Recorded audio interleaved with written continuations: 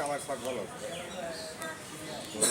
কামে করা হ্যাঁ দেয়া যায়, কিন্তু কষ্ট আছে সেই কষ্ট আছে, কপালে লাগে যে পারা লাগে।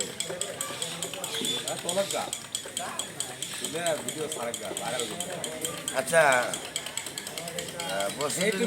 আমাদের আলম মামার চায়ের দোকান, সেই চা বেচে, ঠিক আছে, এখানকার দূর দূরান্ত থেকে চা খাইতে আসে।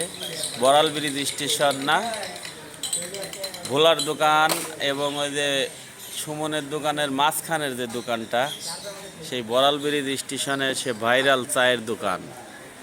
সে চা বিক্রি করে, তার এখানে জনগণ সব সময় চা খাইতে চলে আসে। হ্যাঁ, আমার চা চাও খুব ভালো লাগে না?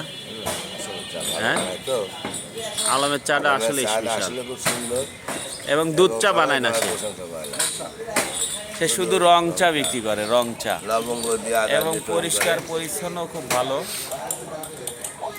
নাকি? সে রং চাটা আসলে খুবই স্পেশাল চা।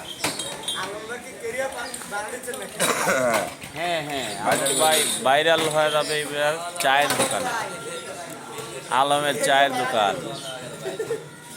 মামা আপনি কিছু বলেন। সালা মামা,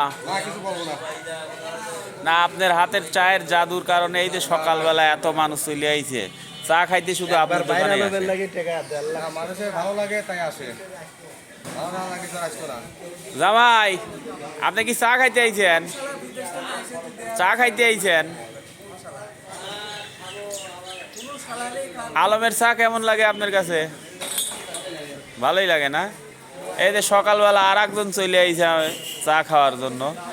চা খাওয়ার আসলে যে আপনাদের দেখাই, মানুষ তো সারা জীবন এটা ওটা দেখায় যে চা খাওয়ার লোকের অভাব নাই, শুধু চা খাইতে চলে আসে। যে সিরিয়াল ধরে চেয়ার বসায় রাখছে, একটিও ফাঁকা থাকবে না।